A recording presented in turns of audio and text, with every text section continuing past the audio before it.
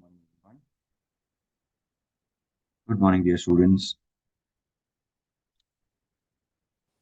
How are Good you all? morning, sir. Good morning. Feel good.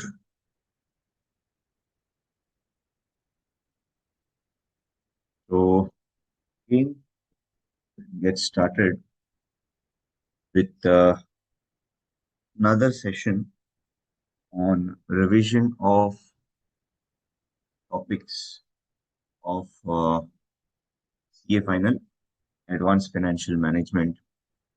And the topic for the discussion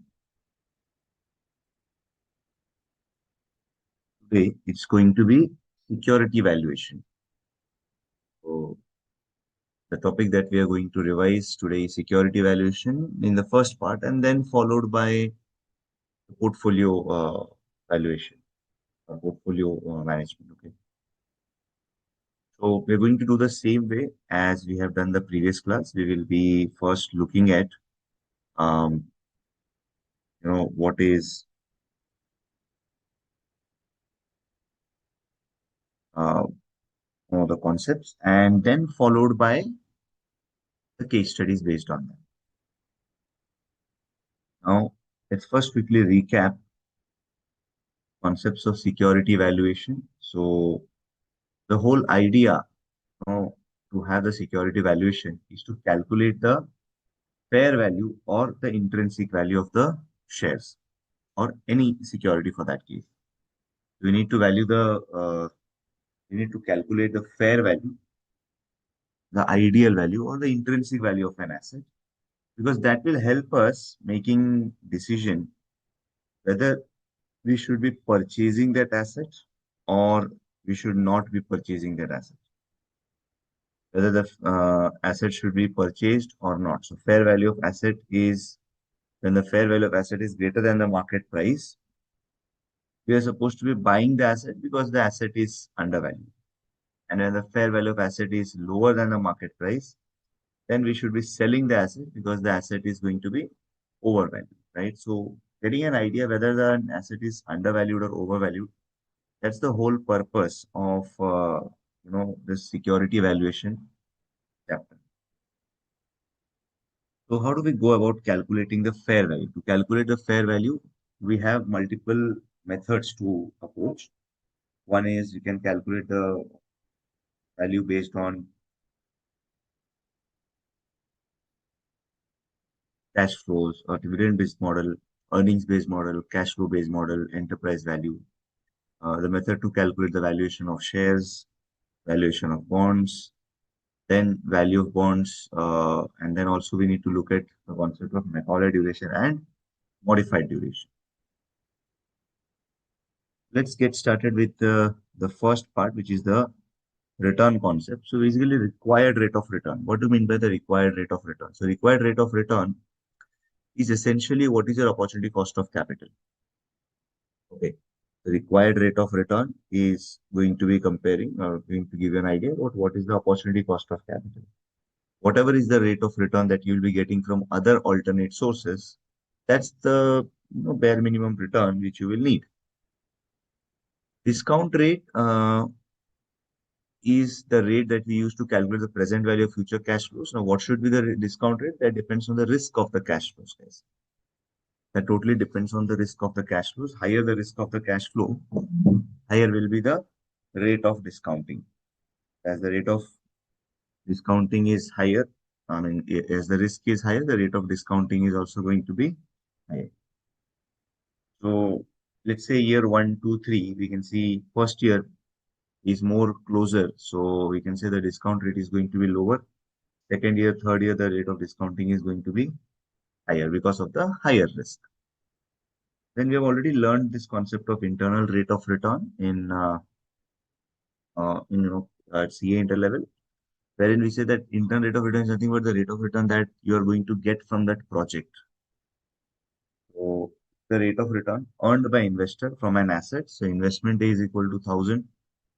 Let's say sale price is 1,200. So of course the rate of return is simply going to be 20%. And anyways, we know that at the IRR, when you calculate the NPV, it's going to be 0. So when you discount the cash flows at the respective rate of return, the NPV is going to be zero. Required rate of return on equity, more probably, would have already learned this KPM, which is RF plus beta into RM minus RF, where beta is going to the measure of the systematic risk. And this is going to give the compounded effect of the systematic risk plus the risk premium rate. Then valuation of model, this we have a dividend based model. If we are aiming for holding for just 1 year,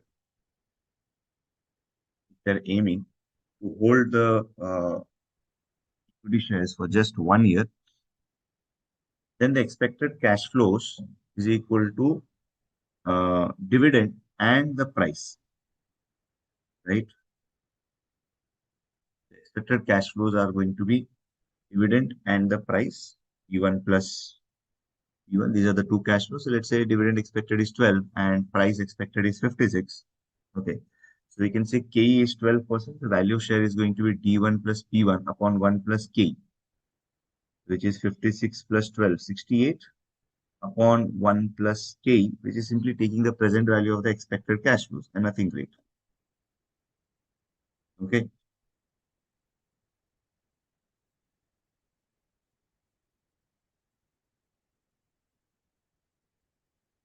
So now, what if we are having probably a different approach? Okay. So, like if we are aiming for holding it for a longer period, I mean, we are not sure about when the share is going to be sold, and when we are like, let's say this share is going to be held for a perpetual time period. So, if it's going to be held for a perpetual time period, then the valuation of shares is going to be like the present value of all the future dividends. And when we take the present value of all of them using the mathematical formula, we say D upon K, which is like without any growth. Okay. So which is like without any growth, what is going to be the dividend value, or what's going to be the value of the share. Now, if you bring in growth into it, then the formula gets revised to T1 upon Ke minus G. And this is simply, again, using the arithmetic progression and discounting the growing dividends to current level. Okay.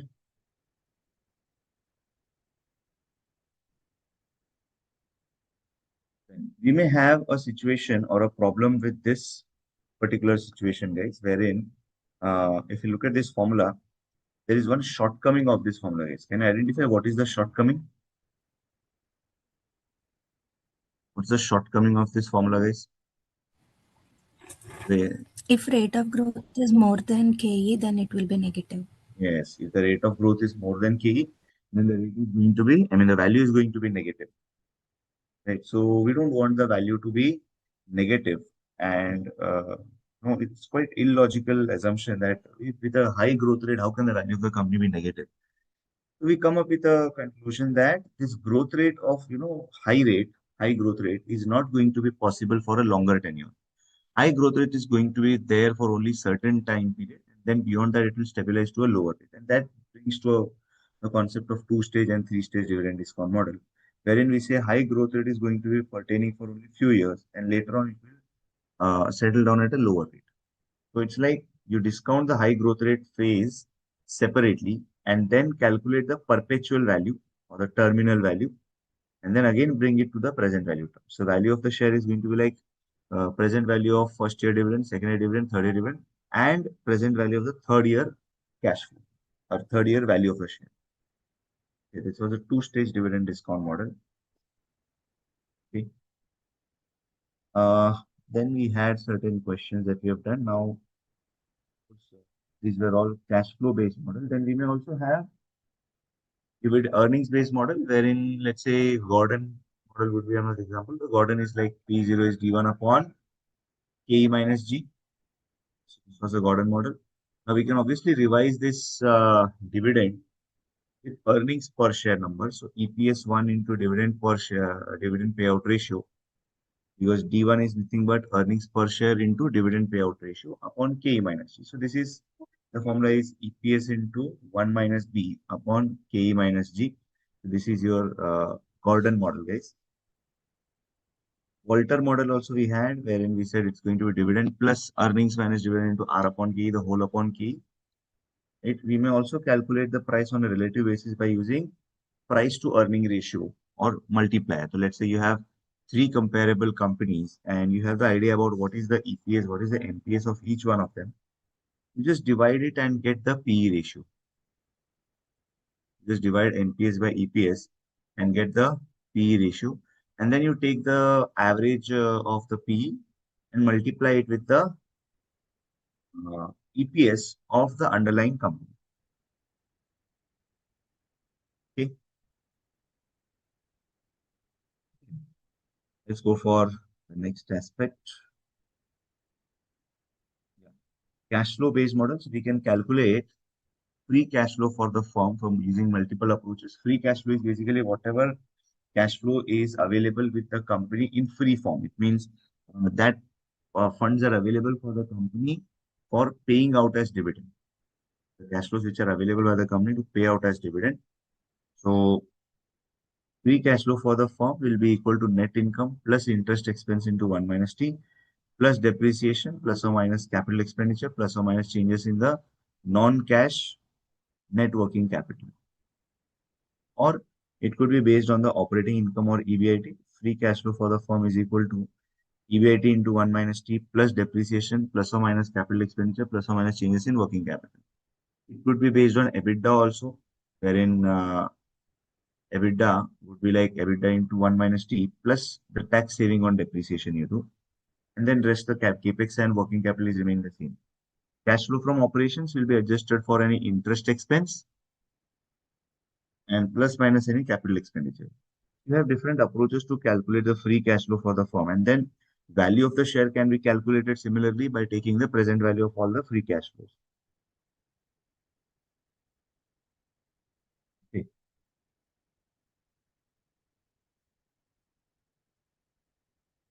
Concept wise, three-stage dividend discount model, wherein we say that there shouldn't be a sudden fall in the growth rate from 30 to 10% in just 1 year. Rather, the fall should be more gradual. So, like for example, in two-stage dividend model, we said that 30, 30, 30, and then suddenly in the fifth year it falls to 10%. It's obviously quite illogical to assume that, and it makes sense for us to, uh, take makes sense for us to take the growth rate reduced to 10% slowly and gradually. You calculate like every year there's a 4% fall, and that's how you reach from 30 to 10 within a period of 5 years. Okay, so that's your three-stage dividend discount model. Rest, taking present value, terminal value, and everything remains the same way. Enterprise value, it's like the value of all business of an organization, whatever the business the company is into. When you take the present value, when you take the value of all such businesses together, that's your enterprise value. The enterprise values are compared to measure performance of the enterprise. So EV to sales is EV to EBITDA, which is 10 and 15. So enterprise value to EBITDA is 10. For rupees 1 of EBITDA, 10 is going to be the enterprise value. And when it comes to 15, for rupees 1 of EBITDA, 15 is going to be the enterprise value.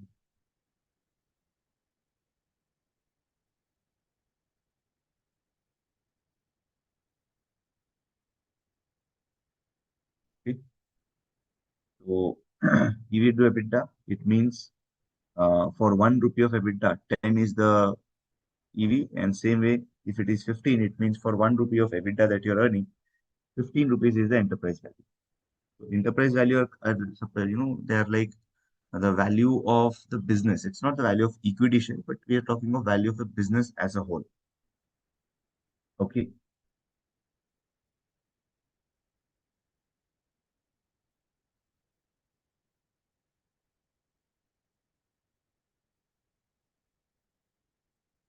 Then the next concept it comes to the valuation of the bond. Just like shares, even the bonds are valued on the similar lines that the present value of future cash flows are going to be discounted using a required rate of return. The present value of future interest receipts plus present value of future redemption amount. The value of bond is present value of future cash flows discounted using required rate of return, and it's going to be present value of future interest receipts plus any present value of future redemption amount. Par value or face value or nominal value of the bond is going to the value which is stated in the face of the bond. So par value, the face value is the value of the bond which is stated on the face of it or the nominal value. Coupon rate is the rate of interest that will be received on the bond based on its par value. And frequency of coupon could be annually, half yearly, quarterly, or monthly. Maturity time period is the time period for the redemption of the bond. And redemption value is the final of the bullet or one shot payment of principal at par, or it could be at a premium also. So to calculate the present value or value of the bond, we simply discount the cash flows using the rate of YTM.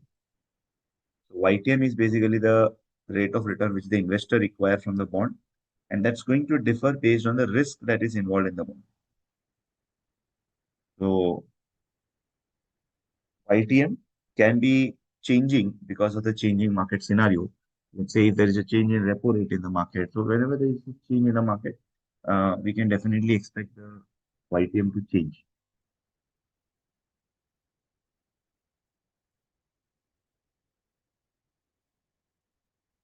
Okay.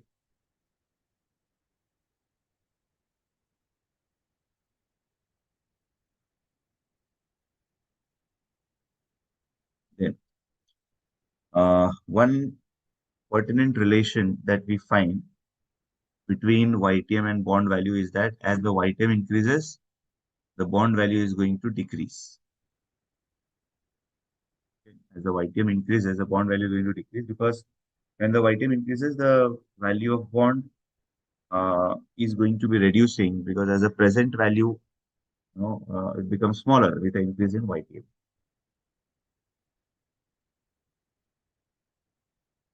Okay,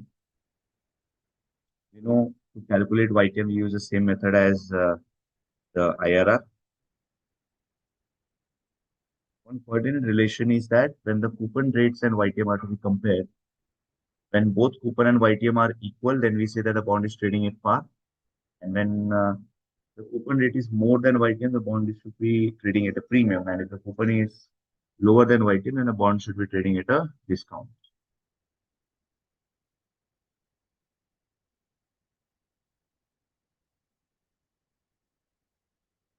Okay. One important concept that we have in this is regards to the Macaulay duration and modified duration. So Macaulay duration is simply going to be the weighted average of time period of investment for which we write down the cash flows, we calculate the present value of each of the cash flow, and then assign weightage to each one of them by taking the weight to be what present value divided by the total value of the bond. Then since it's a weighted average, these weights are multiplied by the time period to arrive at the weighted average time period. So weighted average time period, later on we say that we can use this Macaulay duration to calculate the modified duration. Modified duration is the expected percentage change in bond value due to 1% change in the YTM. So it's basically sensitivity of the bond value. This is essentially sensitivity of the bond value, wherein we say that if there is a small change in YTM, what should be the expected change in the bond value? Modified duration is Macaulay duration upon 1 plus YTM, which is 4.51 divided by 1.05, which is 4.3 times. Okay, so when you say 4.3 times, it means as the price changes by 1%, YTM should be changing broadly by 4.3%. But this may not be true. You may find some sort of error in it. And that error is going to be more profound with the larger changes in YTM. So when the YTM is changing in a very higher range, then you can see that the error is going to be more prominent. And that error can be actually removed by the concept called as the convexity. Because when we look at this relation, the curve that we see, that's the value of the bond with respect to YTM. And the straight line that we see, that's the estimated bond value that we have when we use modified duration. To remove that error, we calculate Convexity can be calculated by this formula, which is a second order derivative base. So modified duration is the first order derivative. Convexity is the second order derivative of the bond value. So formula is this, and when we apply this formula, we get the convexity is 23.71. We have observed that when we adjust for these changes, we find it's going to be exactly the same percentage change that we are looking at. Okay, so that's your modified duration, Macaulay, and the convexity. Um, Now, there could be also a case of bond refunding decision wherein you decide what should be the initial outlay, then what should be the call premium there, what should be the cost of outflow. It's basically like carrying out a proper capital budgeting NPV question. Okay, I think yeah, that should be through with the concepts. Repo transactions is okay, fine, and yeah, we're good with the revision of the concept. Now we can take up a case study, take up a series of case studies based on the security valuation. Give me a moment, please. Share a case study in front of you.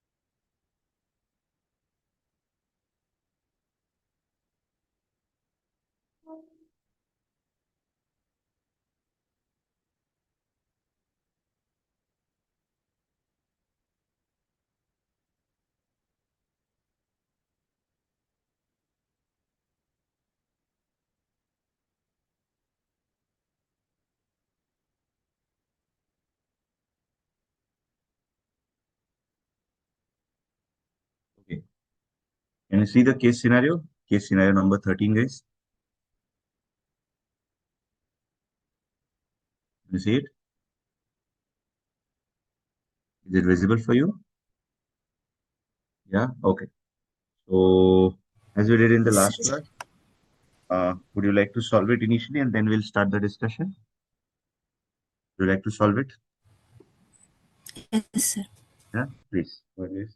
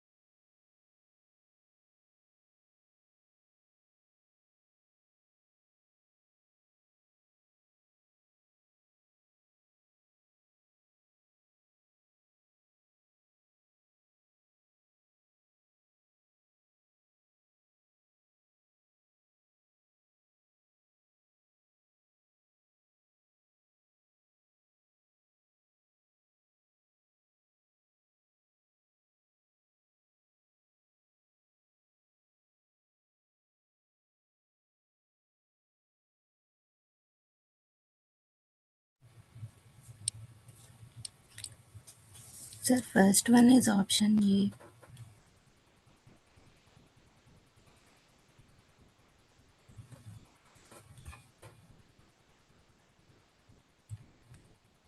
Sir, you are on mute.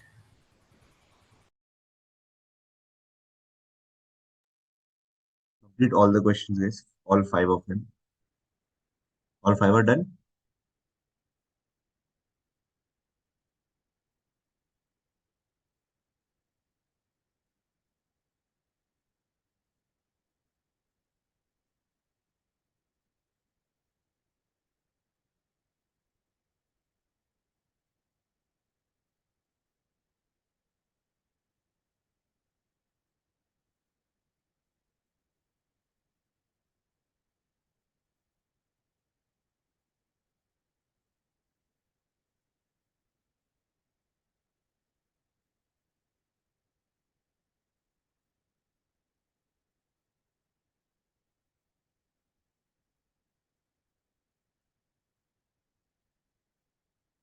Okay.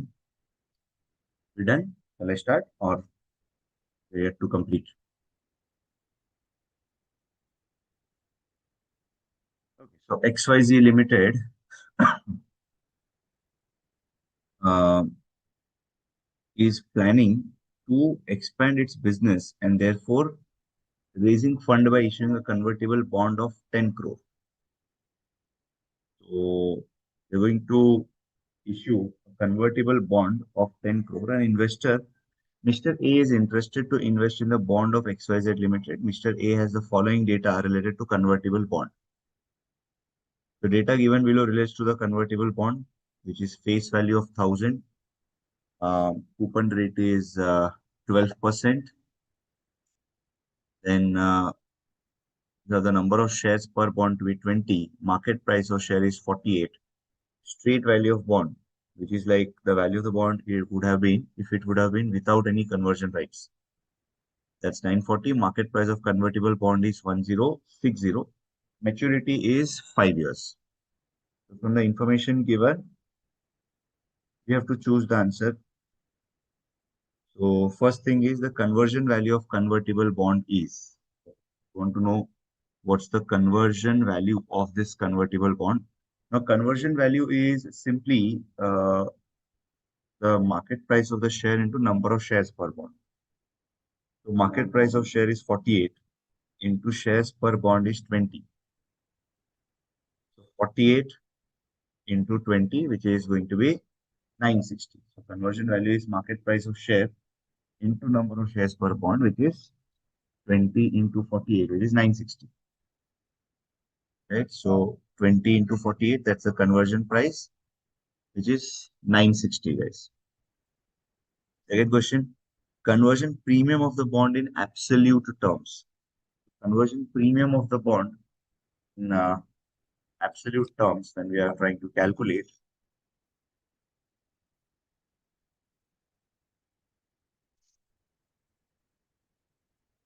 that is essentially conversion premium is simply going to be the value of the bond, which is 1060, the value of the bond, minus the conversion value. Conversion value, as we have computed, it is minus 960. So conversion premium of the bond is going to be 1060 minus 960, which is 100. Conversion premium is going to be 100 rupee. Floor value of the convertible bond is going to be represented by, so floor value is basically the minimum value of the bond. So minimum value of the bond should be represented by market price of share or conversion value, straight value, or you can say the straight value of the bond, because the bond value is not supposed to be falling below its straight value. Bond value is not supposed to be falling below its straight value. The upside potential of the convertible bond primarily depends on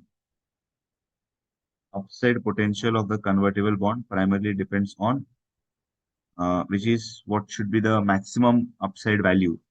It's going to be dependent on Open rate, no. Face value, no. Market price movement of equity shares and remaining, obviously market price movement of equity shares. Whichever way your equity shares are moving, in that direction, whichever way the equity shares are moving in that direction, you can say the bond value is going to be moving, and the bond value is not supposed to be exceeding that aspect. So upside potential depend on the market price movement. As the market price of equity shares increases, the bond value is also going to take a upward yield. Okay. Then question 5, by approximately what percentage the market price of share should rise so that the investor is indifferent between buying the share from the market and taking conversion. We are saying that by what percentage the market price of the share should rise so that you are indifferent between them.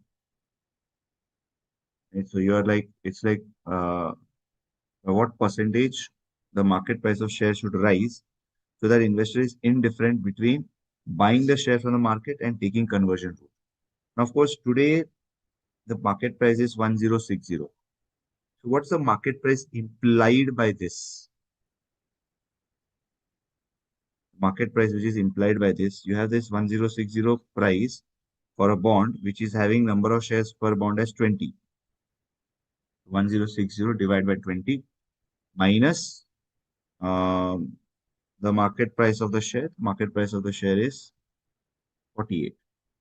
So 1060 divided by 20. The market price which is implied by the price of the share which is implied by this bond, that's going to be 1060 divided by 20. So this is what, 50, yeah, 53. 53 minus 48, which is a premium of 5. Now, of course, 5 on a current value of share to be 48. You can see what's the value of this? 5 divided by 48 percentage.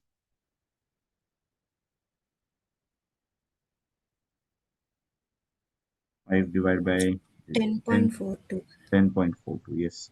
So if the bond value is rising by 10.42%, then buying the bond using the buying the shares, sorry, if the share price increases by 10.42%, then buying the share from the market or getting the bond converted is going to be indifferent action.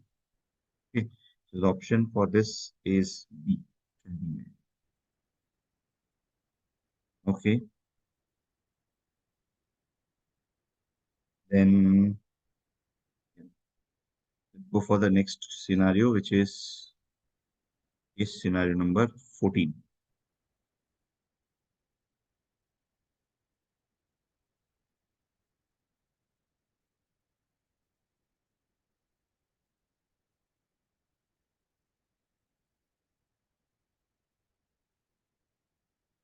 Yeah.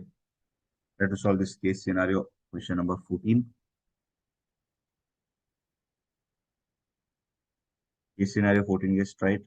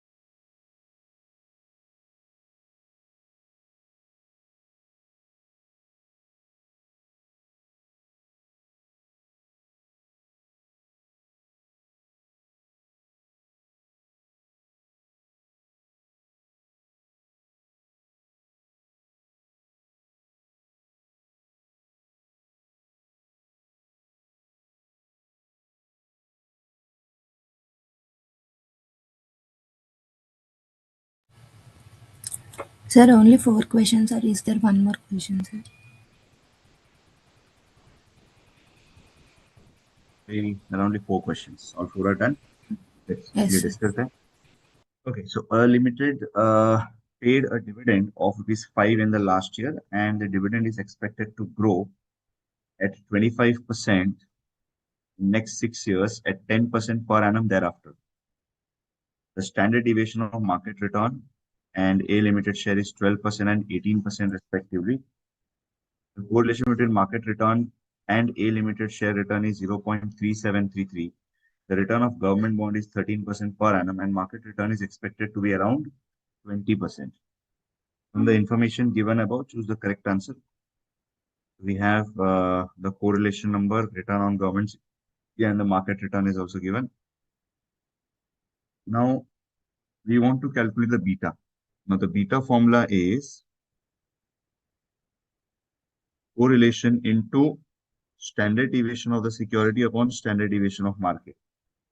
So, we have the uh, standard deviation of market return and A limited return given to us, and correlation is also 0.3733. So that's 0.3733 multiplied by 18% by 12%. Right? So when you divide it, what's the answer? 0.56. 0.56. Right? Yes, Tachi, you want to say something? So can you please increase the font because I was not able to see the whole question. I think you should be able to zoom it in your screen also, at No, your no, level also. it is full zoom, sir. Thank you. Just pinch out in your screen, so you should be able to view it. Because I wanted to give the idea of, the question as well as the case scenario. Okay, anyway, so beta is 0.56.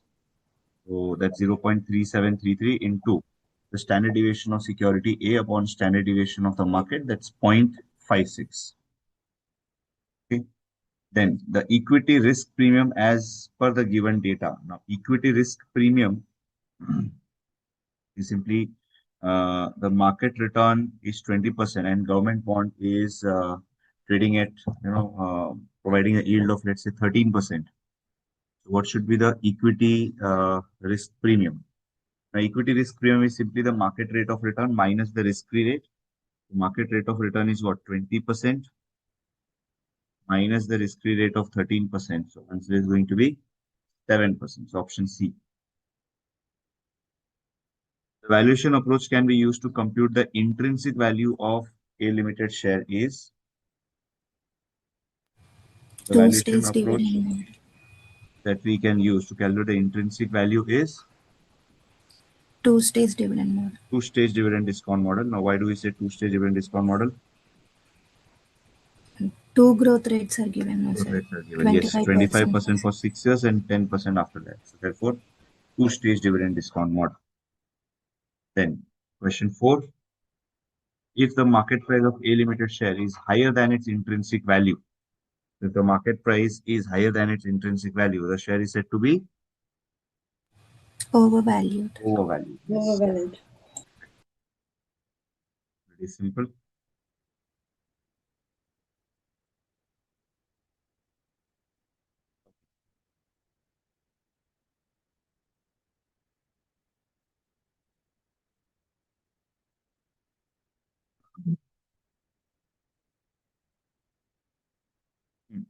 Then we can go ahead with this case scenario 15 now. Case scenario 15. Try to solve it. Case scenario 15, guys.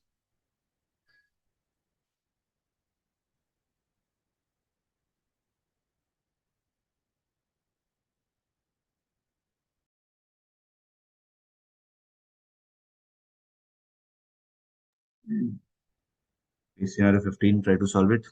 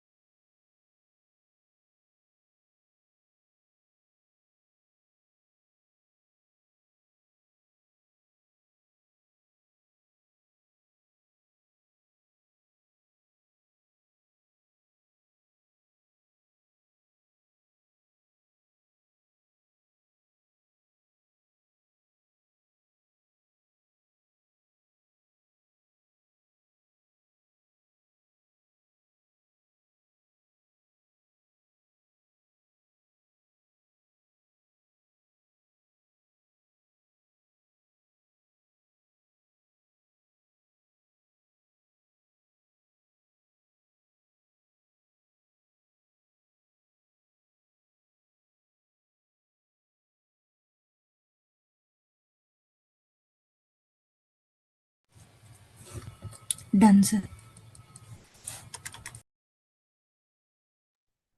Okay. So the following information is available in respect of bond X and bond Y. We have bond X and Y with the same face value. Coupon rate is different and time to maturity is also different. So Mr. A, an investor, has a portfolio consisting of 75% of bond X and 25% of bond Y. The current YTMs prevailing in the market is given to be 10% and the PV factors are given. At prevailing YTM, the bond X will trade at.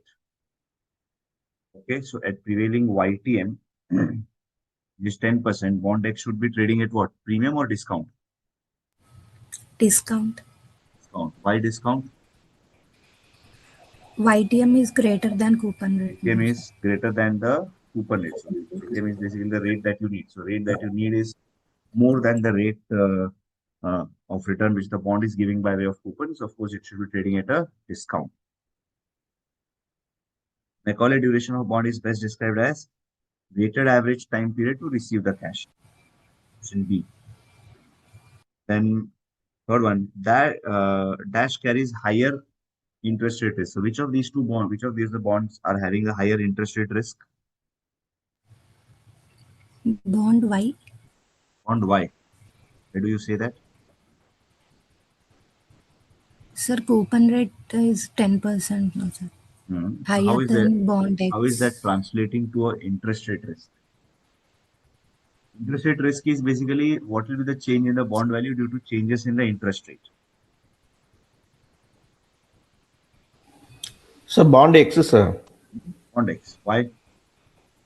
because it has long duration. Because it has got a longer duration base. Okay, so time to maturity of bond X is 6 years, 5 years, and bond Y it is 3 years. So, but obvious the Macaulay duration is going to be higher for bond X, and same goes with even the modified duration. So, due to that, we can say the bond X is going to be more to be having more modified duration. It means it's going to be more sensitive to the interest rate changes. Okay, so therefore you can say bond X is going to carry a higher interest rate risk. Got it? Yes, sir. Yeah. Now, fourth part. If the investor wants to reduce the interest rate risk of portfolio, he should. If In, the in, investor wants yeah, to reduce increase the the weight, interest rate risk, he should increase the weight in Y, increase the weight in Y. Why? because he already has a 75% in X. Hmm. Because the Y has a shorter duration. So Yes. if he increase the weight in bond Y, Hmm. the interest rate risk will be reduced. Yes. So if you want to reduce the interest rate risk, you should be investing into the bonds which are having lower durations. You should be investing in the bonds which are having lower duration. As the bonds are having lower duration is Y, you should invest more in bond Y and lesser in bond X. If you want to reduce the interest rate risk, you should increase the weightage in bond Y, which is option B over here. Got it, everyone? Yes, sir.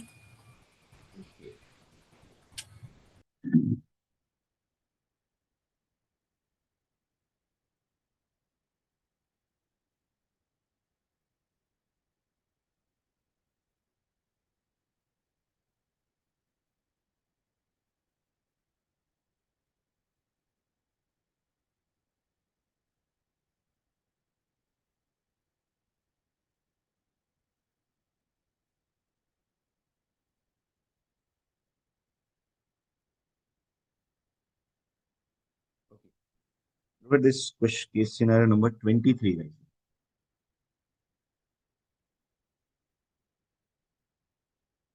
Case scenario 23.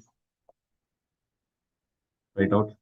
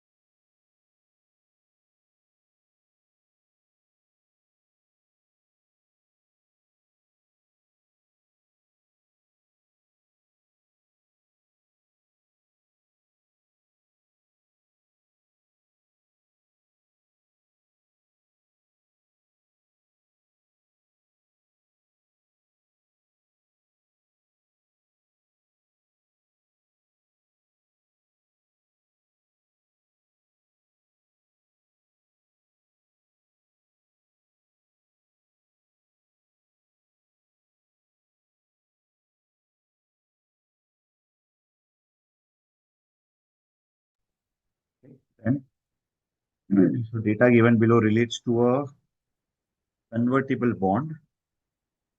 We have a convertible bond wherein we say face value is 450, coupon rate is 15%, number of shares per bond is 25, and market price of the share is 20. Straight value bond is given, market price of the convertible bond is given. We have to choose the correct answer.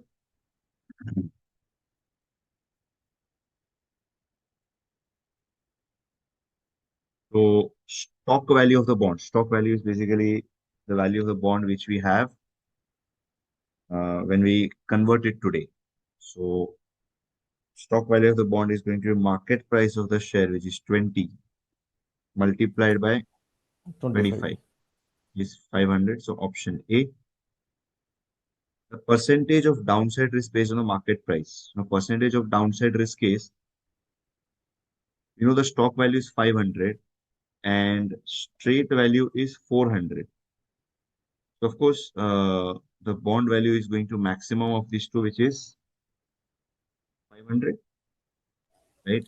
But when you say percentage downside risk, it's like by what percentage can the bond value really fall? So we have the straight value of bond as what? 400.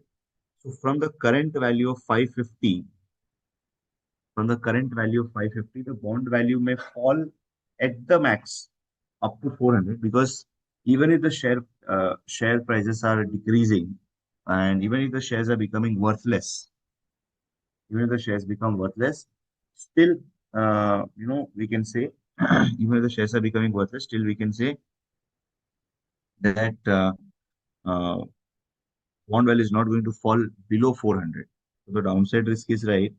From 550, it can reduce up to 400, right? So 550 minus 400 upon 550. What will be this value? 550 minus 400 upon 550? 27.27. 7.27. Conversion premium. Now we say that the stock value is 500, but the bond is trading at 550. So there is obviously some premium attached to this bond because of that conversion benefit. Conversion premium is simply 550 minus 500 upon 500, which is 10%. So option A, the correct one. Conversion parity price of the stock. Conversion parity price is the price the stock should be trading at for a given level of the bond value. It's like 550 is the bond value against which you're going to get 25 shares. So what's the conversion parity price? 22. 22. 22 is the correct. Okay.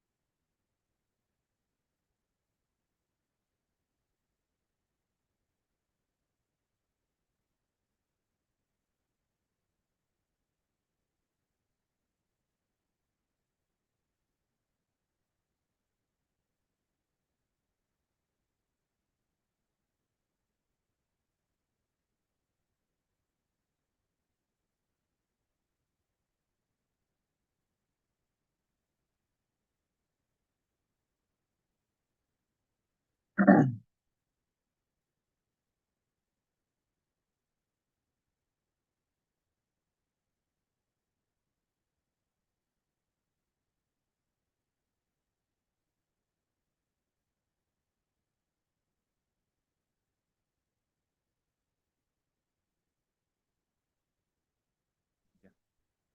have this next question.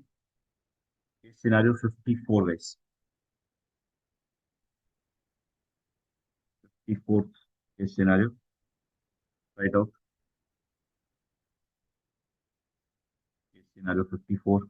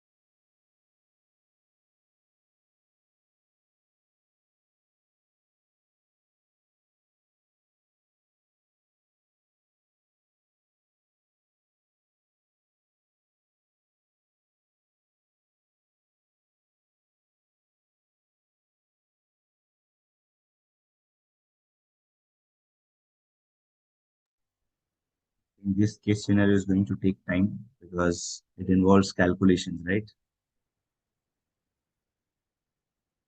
Yes. You need to calculate the modified duration and the price. It will take time.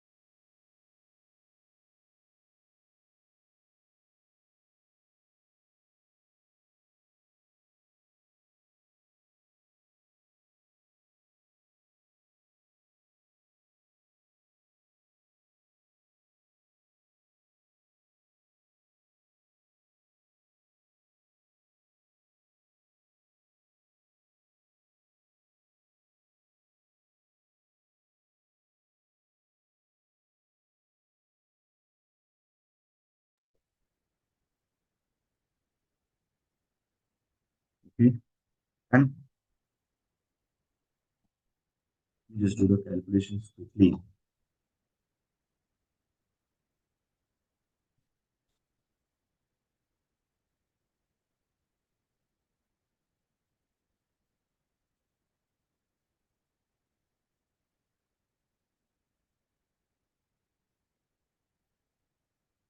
For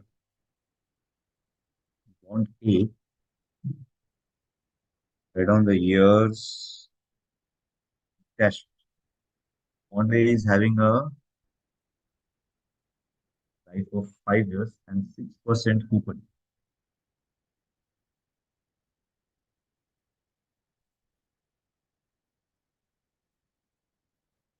In the fifth year, it is going to be 1060.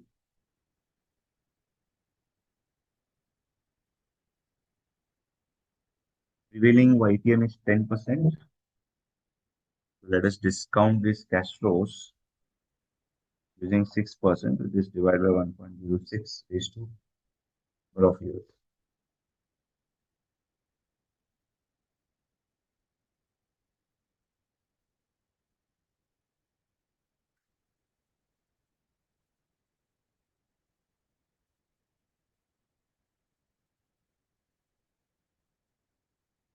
10% is the rate. So we have 848.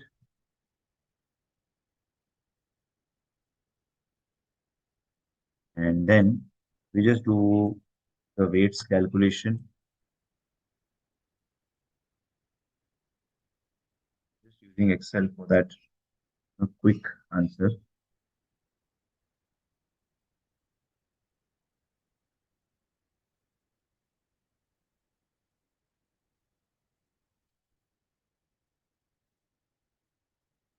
So then we have weights into time period.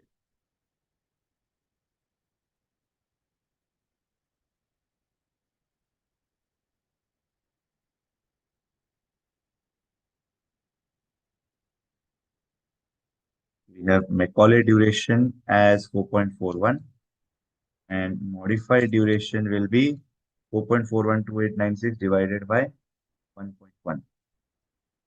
So modified duration is what? 4.41 is the Macaulay duration. Yeah. Macaulay duration is 4.41 and bond value is what? Bond value is 848. So answer is 848 and 4.41. So option A. Second is option A, right, guys? Yes, sir. Yes, sir. Same way. What about the first question? Option B, sir. Option B. Yeah, it should be trading at par.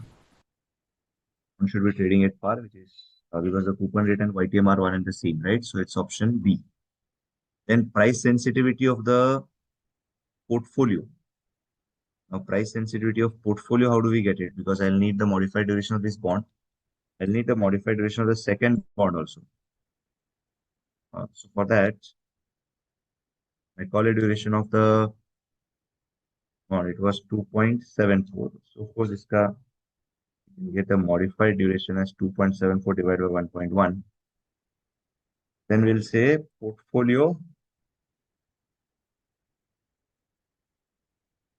modified duration.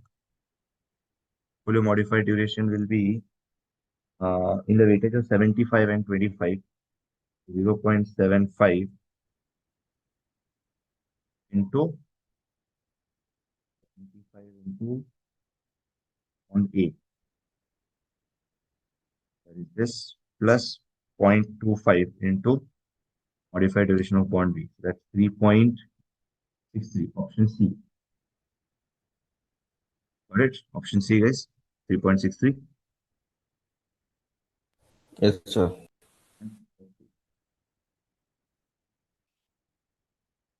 Perfect. Then, yeah. Case scenario 55, guys. This case scenario.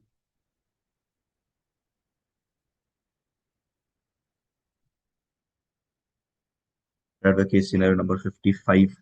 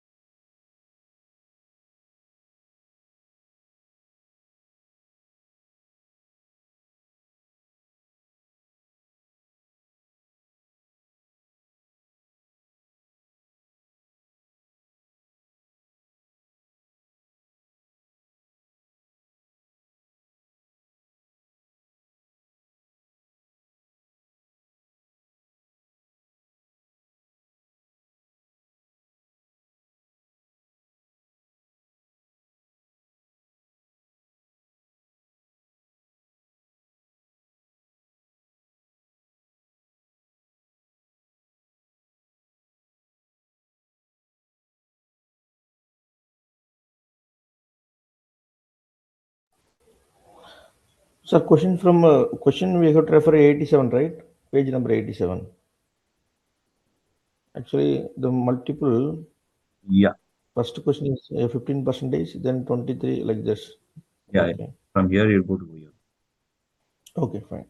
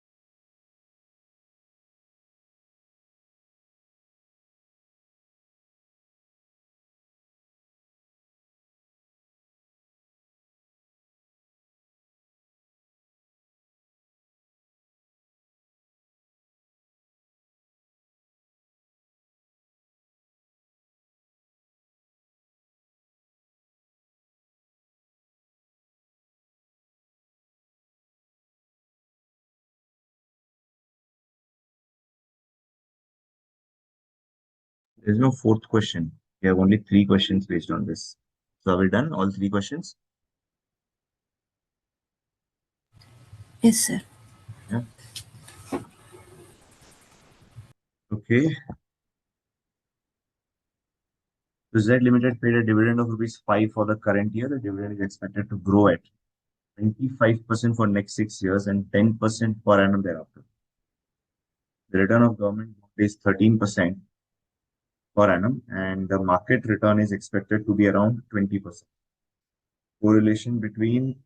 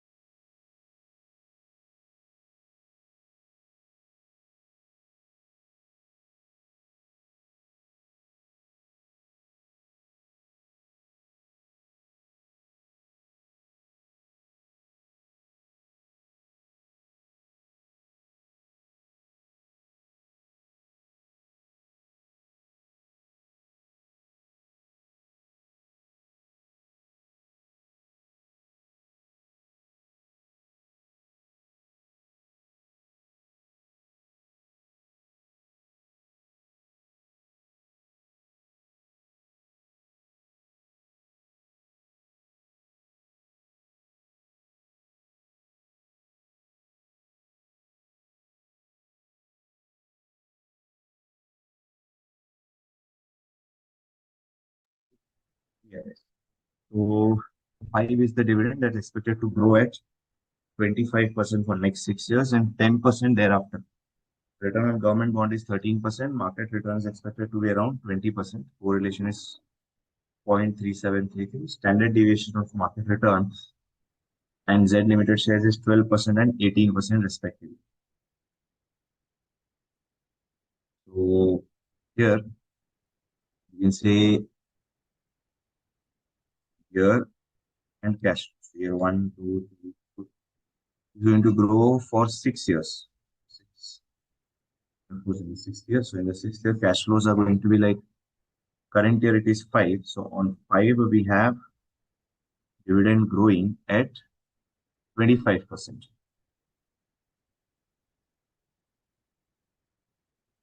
Right? So every time the dividend is going to grow at 25%. And then in the later years, it's going to be 10%. So it's going to be this into 1.1 divided by, I need to calculate the K. What is the expected return of Z Limited shares? I think that should be from the answer number 1. For question number 1, what's the Z Limited expected return?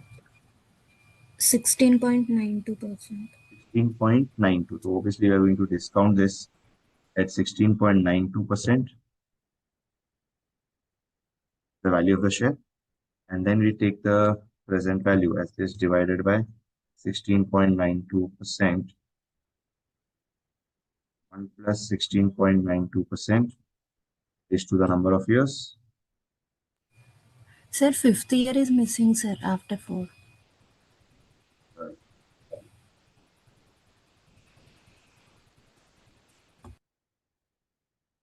And then this is 10. If we take the sum of all of them, the value is 156. Yes. The expected return is 16.92. Intrinsic value is 156.75. And what is the trading price in the market? We need to specify whether it is undervalued or overvalued. So how do we say whether it is undervalued or overvalued? The current market price is 315 and the intrinsic value we got is 156. So it is overvalued or undervalued? Overvalued. Overvalued. Third option A, that's overvalued. Okay. Done. Fine. Now after this, let's take a break right now, guys. Okay. Let's take a break. And after the break, we will probably do one more case study. And then we'll start with the guys. So let's take a break, guys. Break of around 15 minutes.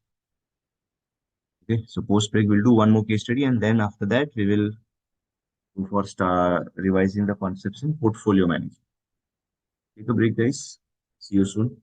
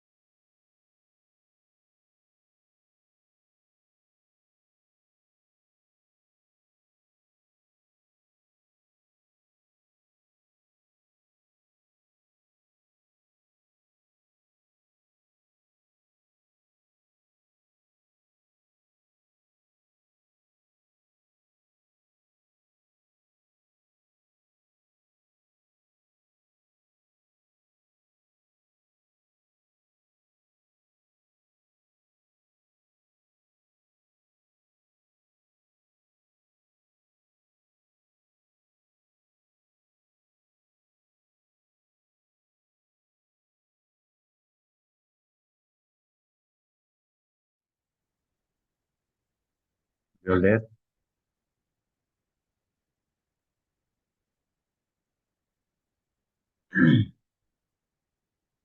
Yes. Okay. So let us look at this case scenario 56, guys.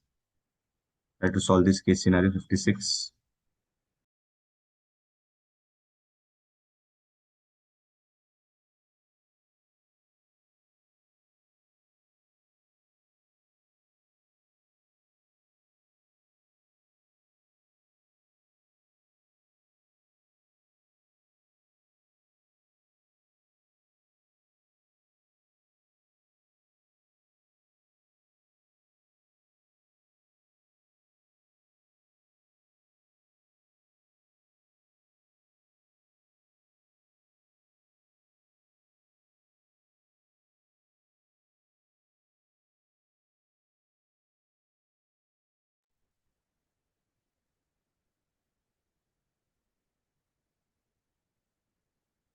SM Limited has a market capitalization of 3,000 crores and the current earnings per share is 200 with a price earning ratio of 15.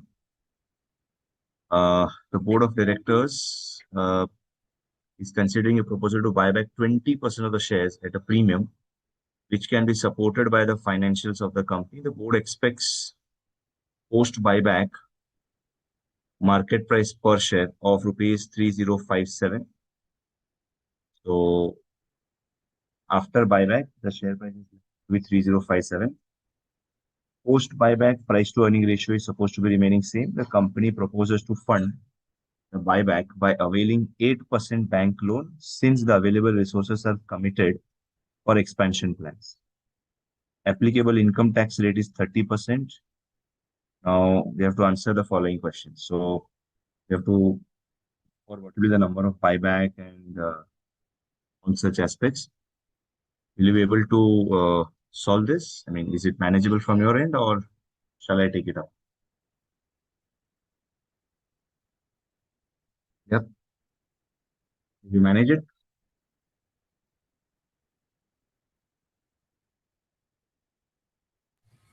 So for 2 minutes, we will try, sir. Sorry. Sorry. First, we will try to submit, Okay. sir. Okay. Okay. Okay. Good.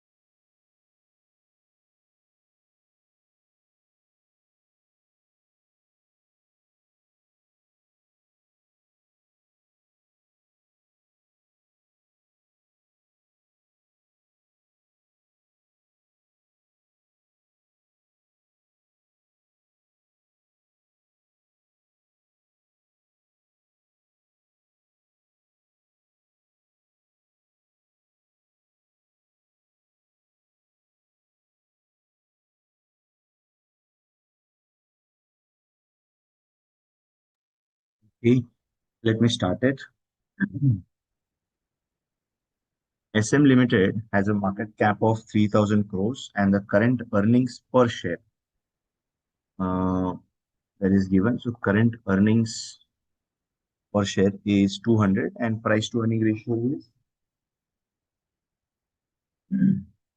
Board of Directors is considering a proposal to buy back 20% of the shares at a premium, which can be supported by financials of the company. It expects that after price, the market price is 3057.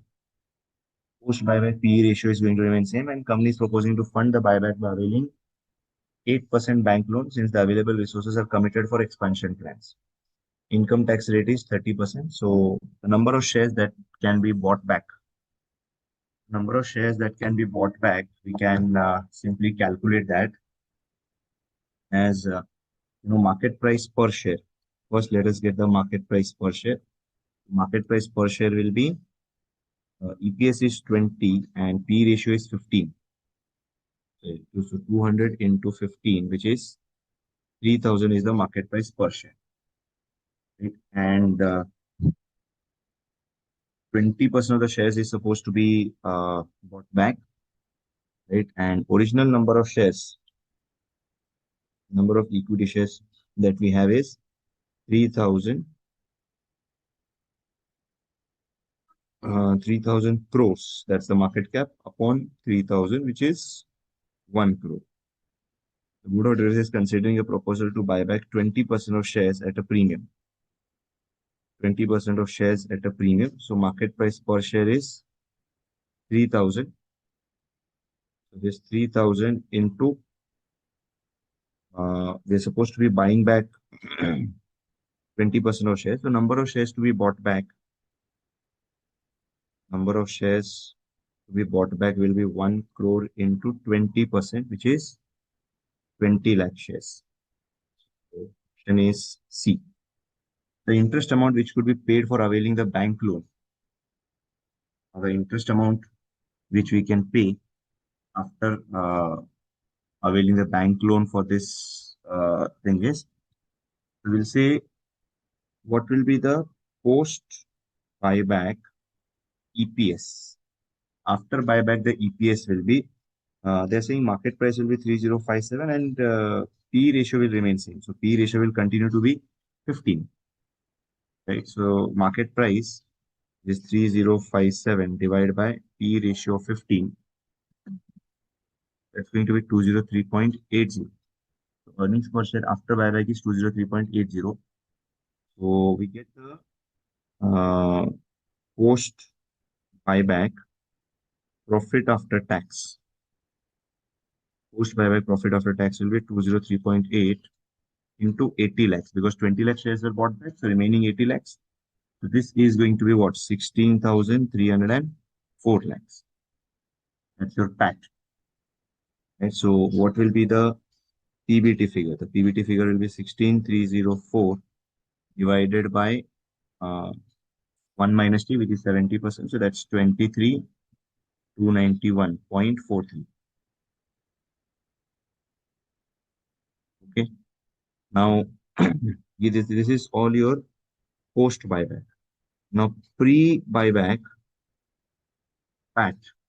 Before buyback, the PAT was, since the EPS is 200 into 1 crore, 200 into 1 crore, which is basically 200 crores or 20,000 lakhs.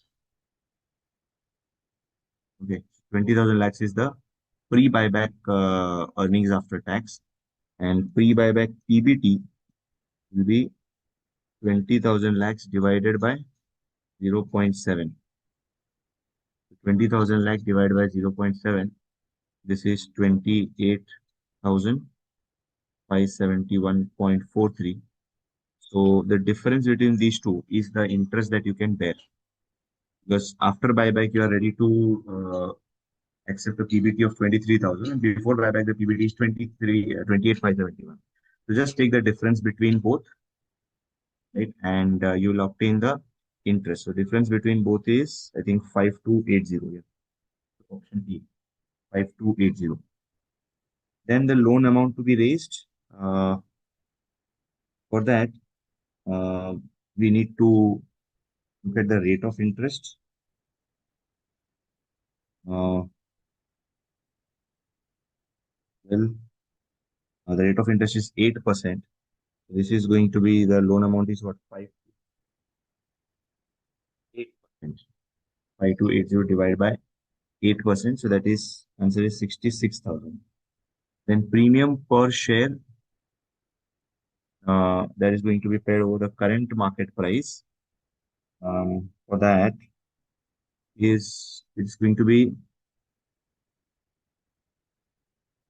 premium per share that we are going to pay. So premium is at 20%. Now, since the market price is 3,000, now buyback price per share. So buyback price is going to be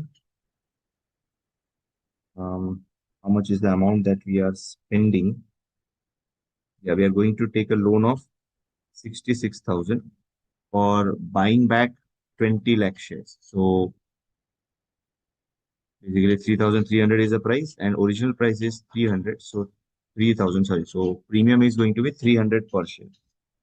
And percentage premium is simply 300 upon 3,000. That's your 10% answer. Did you get it, everyone? A bit of tricky Sir, question. can you explain that premium part, sir? Premium part, okay. See, we are taking a loan of 66,000 to buyback, right? So 66,000 is the amount that we are going to pay to our investors, against which we are going to buy back 20 lakh shares.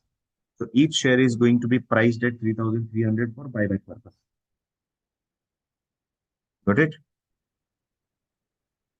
Total 66,000 loan we are going to raise to pay to our investors. So of course, Yes, that's sir. the amount we'll be paying for all the shares. And of course, 20 lakh shares are bought back. And therefore, we say 3,300 is the amount of buyback and buyback price. And the original price was 3,000. 300 rupees is the premium that you pay. Yes, sir. Okay. Now, let's go for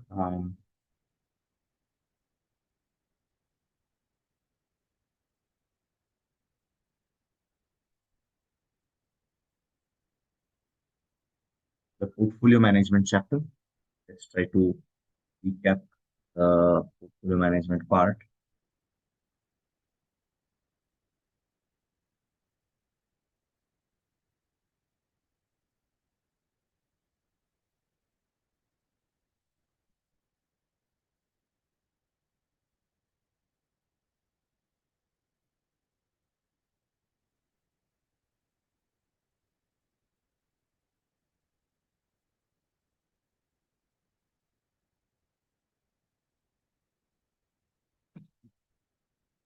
Okay. So in portfolio, what are the things that we cover? We are looking at calculation of, or I can say measuring risk and return of individual security, measuring risk and return of portfolio of securities using the Harry Markowitz model, understanding the utility and assignment of portfolio to the investor's utility. We'll be learning what's capital allocation line, what's capital market line, uh, then securities market line, that's your CAPM, and then of course the Sharp index model and the arbitrage pricing model. And finally, we also look at the performance, the portfolio performance measure. Okay, so let us understand the first part, the way to calculate the rate of return. The way to calculate the rate of return is to look at what are the possible returns that we can get. To calculate the portfolio return is to look at what are the possible returns that we can get from a security. For that, you look at what's the possible prices. The current market price of 120 and future prices being like this, we would like to know what's the rate of return. We compute the rate of return by simply using the formula of P1 minus P0 plus D1 upon P0 into 100. That's the rate of return that we are generating. It's simply the capital appreciation and the dividend. capital appreciation and dividend, both the returns are going to be accumulated to calculate the rate of return. The expected rate of return, we simply calculate it as sum of probability into rate of return. Standard deviation is going to be square root of this part. Now, of course, the expected return is the average return or the mean return that we are looking at from the particular security. Then of course this particular rate of return is not something which is constant. It's subject to change. Definitely subject to some change.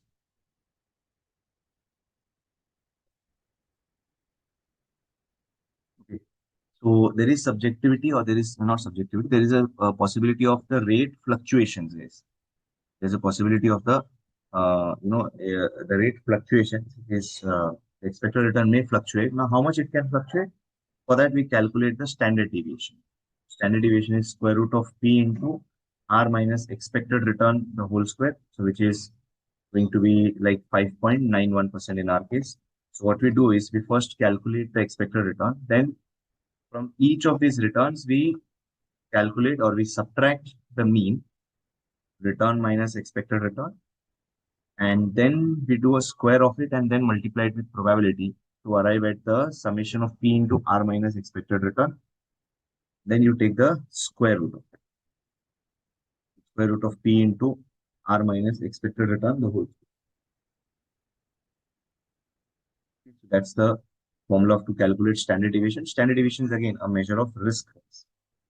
That was based on like forward-looking thing. That is what's going to happen in future. Then we may also say it's quite possible that we may try to calculate the expected rate of return and the risk or the standard deviation of return based on the past data. Okay. We may try to calculate that based on the past database.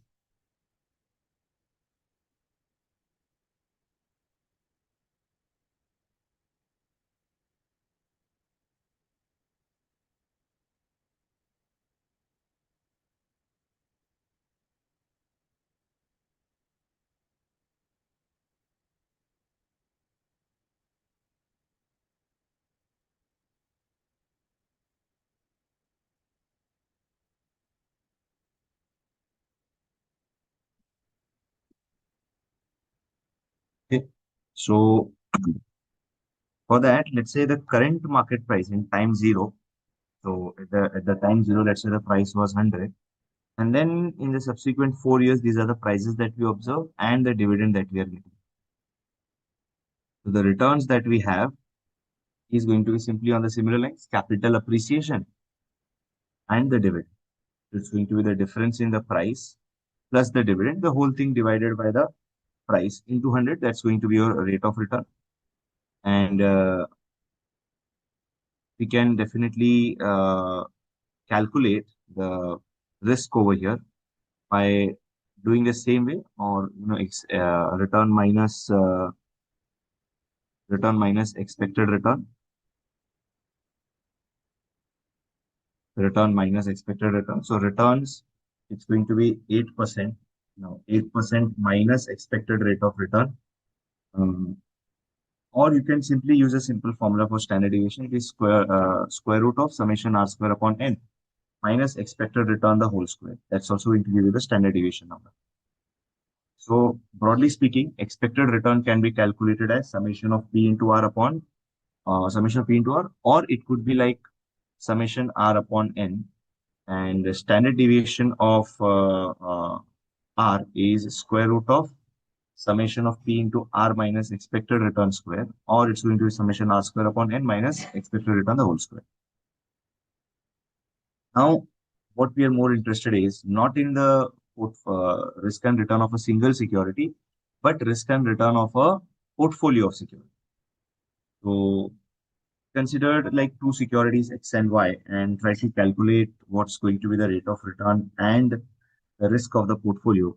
And we were very much affirmative about the portfolio return. That average of historical portfolio return will be same as your rate of X into expected return of X plus rate of Y into expected return of Y. Okay. So that's very much matching. But when it comes to the standard deviation of portfolio, it was not the same. In standard deviation of portfolio, uh, taking the weighted average of the risk, taking the weighted average of the risk, or simply taking the weighted average of risk, or comparing it with the historical portfolio risk, that was not matching. And what was the reason for that? For that mismatch, guys? What was missing when we did the weighted average? When we did a simple weighted average calculation, what was something that was missing? That was the correlation, guys. Correlation between securities. When you look at the correlation between two securities, then you get a matching answer. Because securities are going to be connected to each other, they're going to be correlated to each other, and that correlation play an important role. That correlation is going to play an important role when it comes to um, determining what will be the portfolio risk, because not only the magnitude but direction of the risk also matters.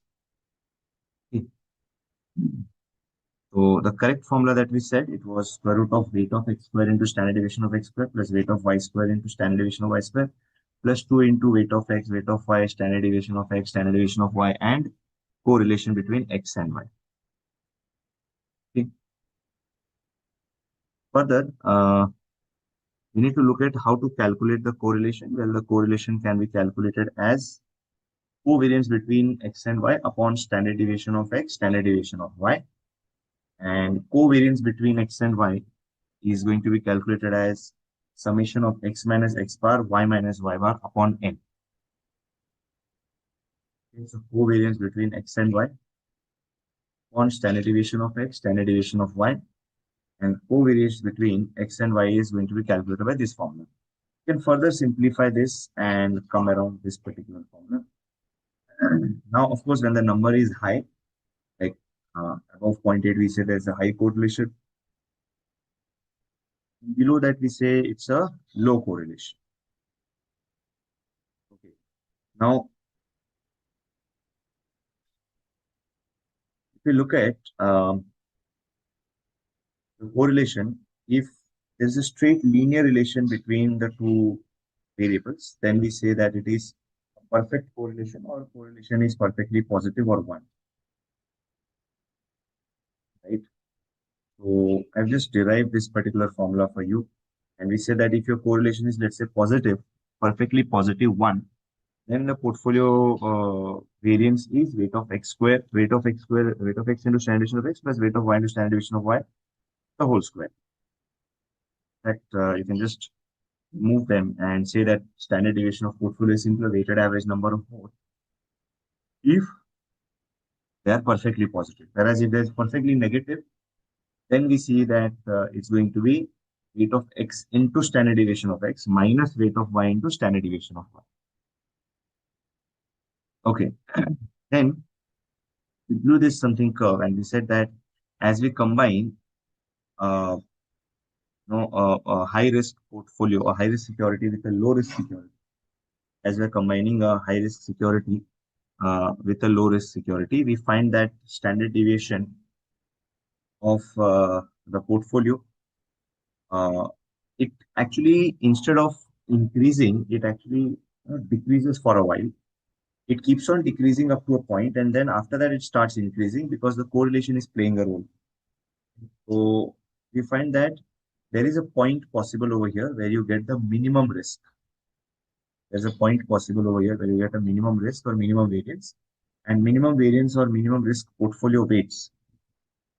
Minimum risk or portfolio weights are going to be calculated as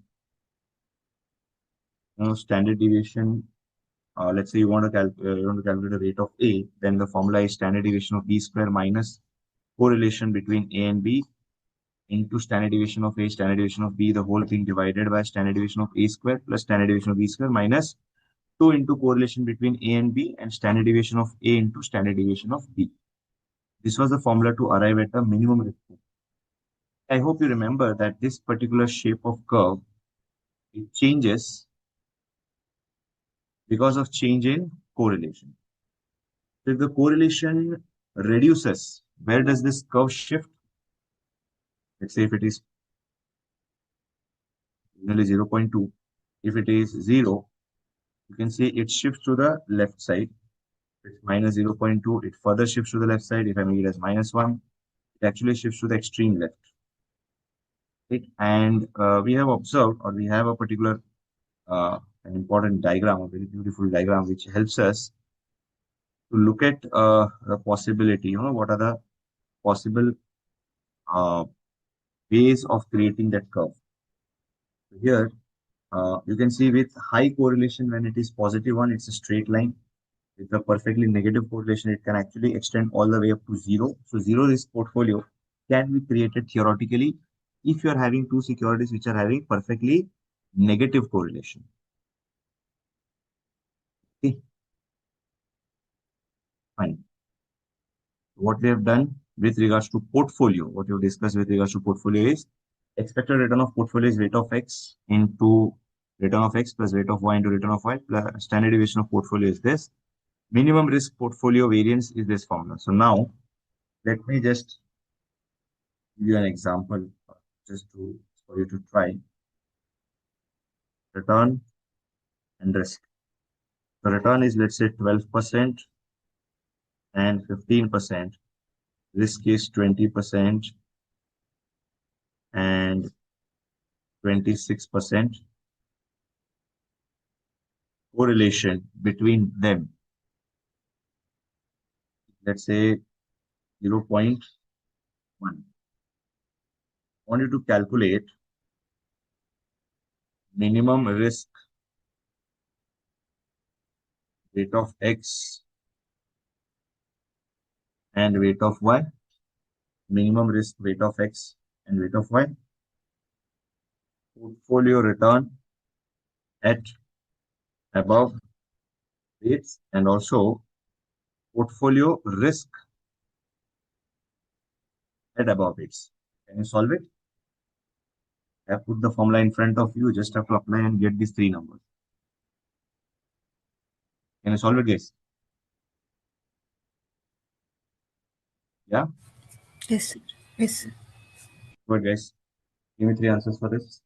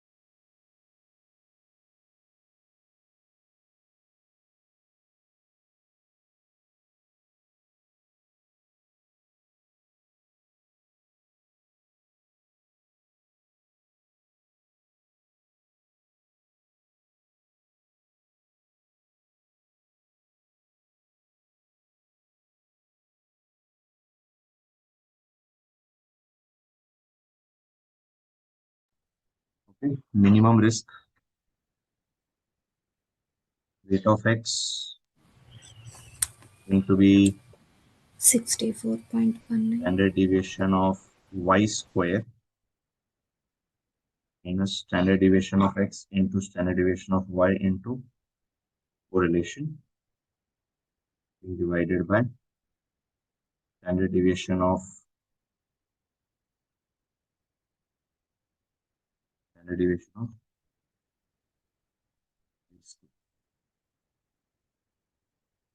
minus standard deviation of X, standard deviation of Y correlation, and then further standard deviation of Y square, standard deviation of X square minus 2 into standard deviation of X, standard deviation of Y into correlation. 0.64,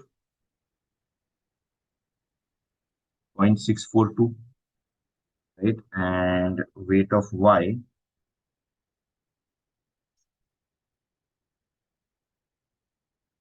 equal to 1 minus this. And then portfolio returns is going to be this weight into 12% plus this weight into 15%. So 13.07%, that's the portfolio return, and portfolio risk will be 16.6 this percentage. into Yeah, risk square will root be of 6. Yeah. rate of X square into standard deviation of X square plus rate of Y square into standard deviation of Y square plus 2 into weight of X into weight of Y into standard deviation of X into standard deviation of Y to correlation. 16.59% or 16.60%, right? Did you get it, everyone? Yes, Yes, sir. sir. Yeah. Okay. Then optimum portfolio, that is what we have already discussed. Expected return. In what's the minimum portfolio? Okay. Then going to the efficient and inefficient securities identification that we have in the Markowitz portfolio theory. Security is said to be inefficient if some other security is providing higher return at lower risk, or high return at same risk, or maybe same return at a lower risk. Right? So that's the identification of a security of an efficient or a inefficient security. So a security is going to be inefficient if there is some other security which provides high return at lower risk, high return at same risk, and same return at lower risk. So security is going to be inefficient if any of these conditions is satisfied. So basically, if there is a security which is superior to the current security, then you say that this particular security is inefficient.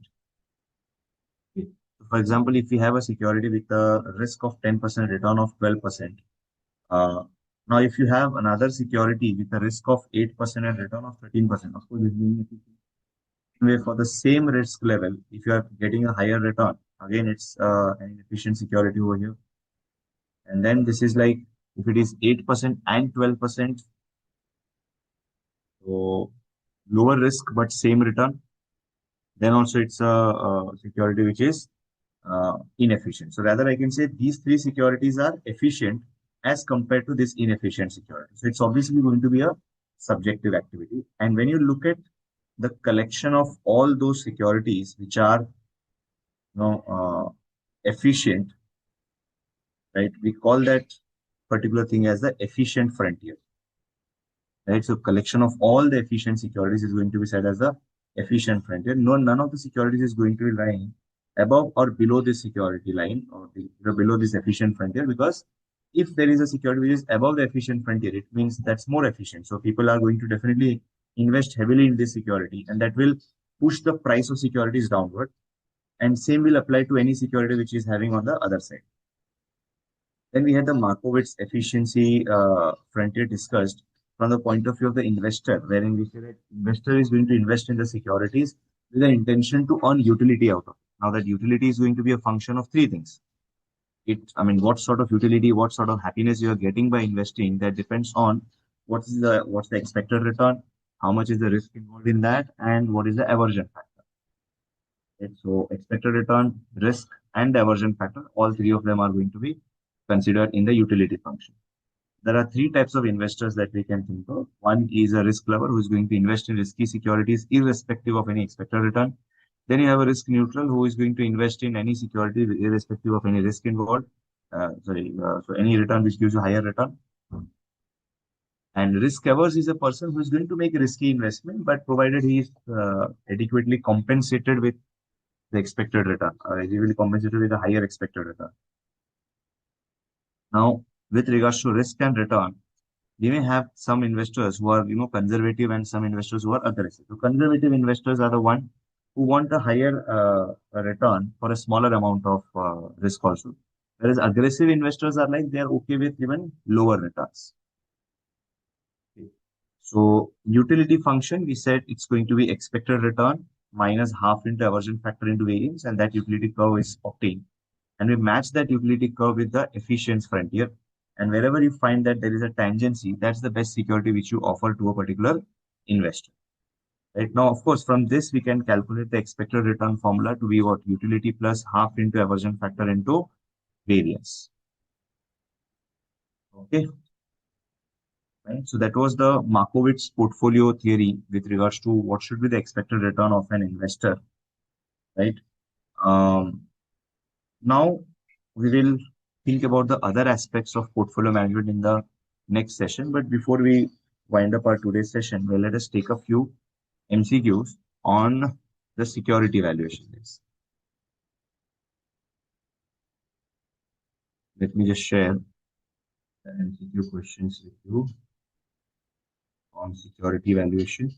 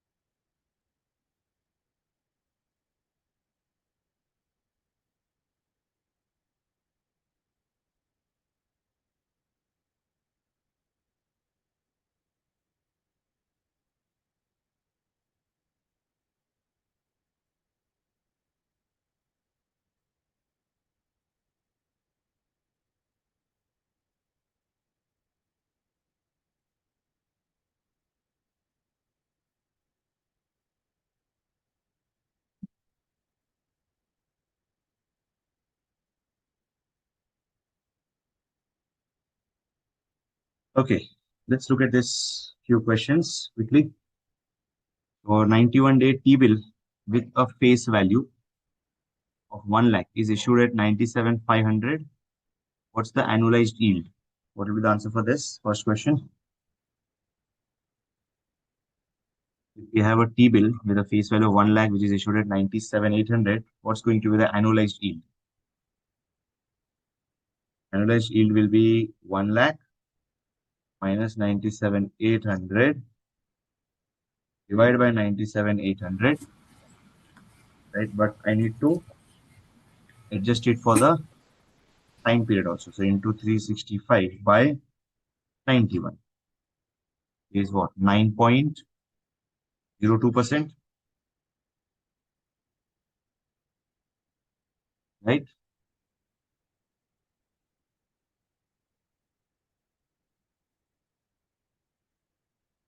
Option B is correct. What about second one?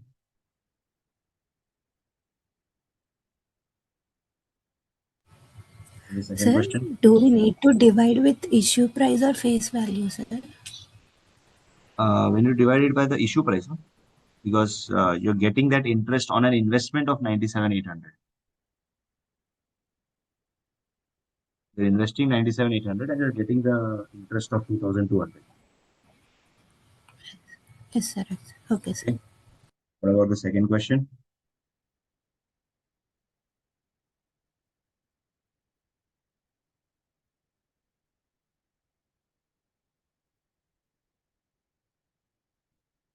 The company issues a 180-day commercial paper, face value 10 lakh at a discount rate of 9% per annum, simple interest basis.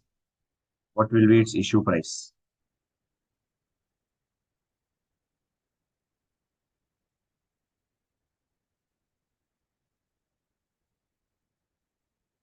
So discount rate of 9% per annum. 9,55,600. 9,55,000. 616. What about this question? A bond with a face value of 1,000 carries a 10% coupon rate, payable annually, has 5 years to maturity. The required yield is 12%. What's the intrinsic value? Just have to get the present value is.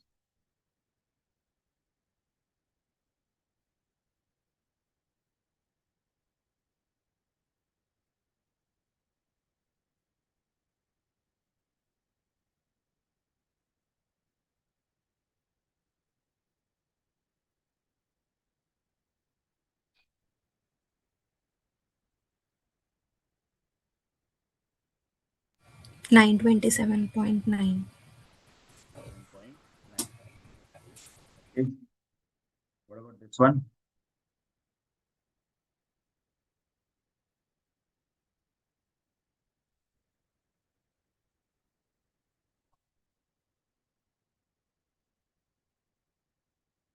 It's going to be Gordon model, dividend discount Gordon model. 83.33.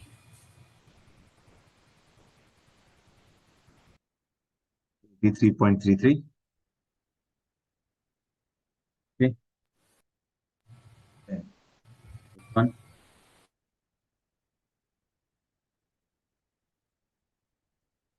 What this question is.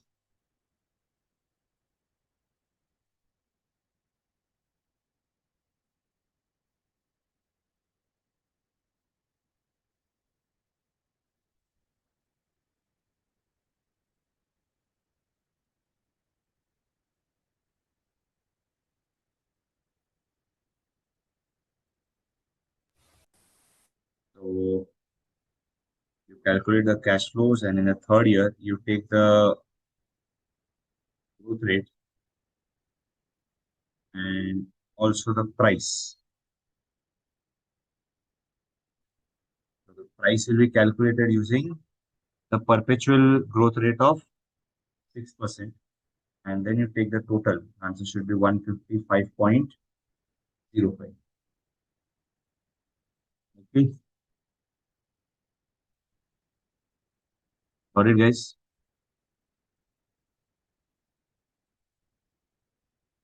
Okay. So with that, we are coming to the end of our today's security valuation, and also we have got ourselves introduced to portfolio management. Portfolio management will continue in the next class. We'll do certain case studies based on that in a subsequent lecture. Okay?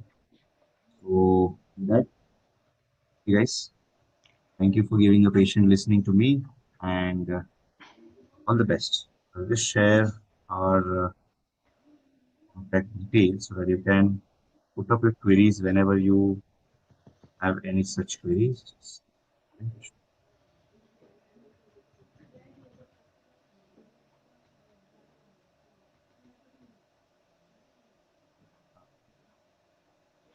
Write it down, Jagmandu sir. Just write it down. Well,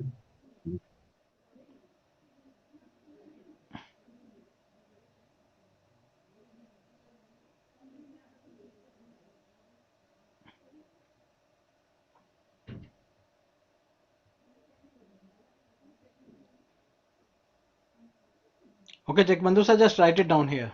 uh, Okay. Okay, student, thank you very much for patient listening, as Jagbandu sir has already told. Now, just if you have any query, you can send us to our mobile app as well, or there are email and telephone number. Just write that down. 0120 okay, 956 and SFM dash final at the rate ICAI.in. So in today's class, we have covered up the topic of security valuation. So student, please note that here. one of the very we can say it is the beauty of this chapter is that whatever we have discussed in the intermediate level as a cost of capital, okay, there in the cost of capital we were provided with the price of the share or price of the bond, and there we need to calculate the like YTM or the KE. In the this chapter we have to go other way around, that we are provided with minimum required of rate of return, that we can also compute by way of CAPM as well, or we can also provide it with the YTM, and we need to calculate the justified price of that security.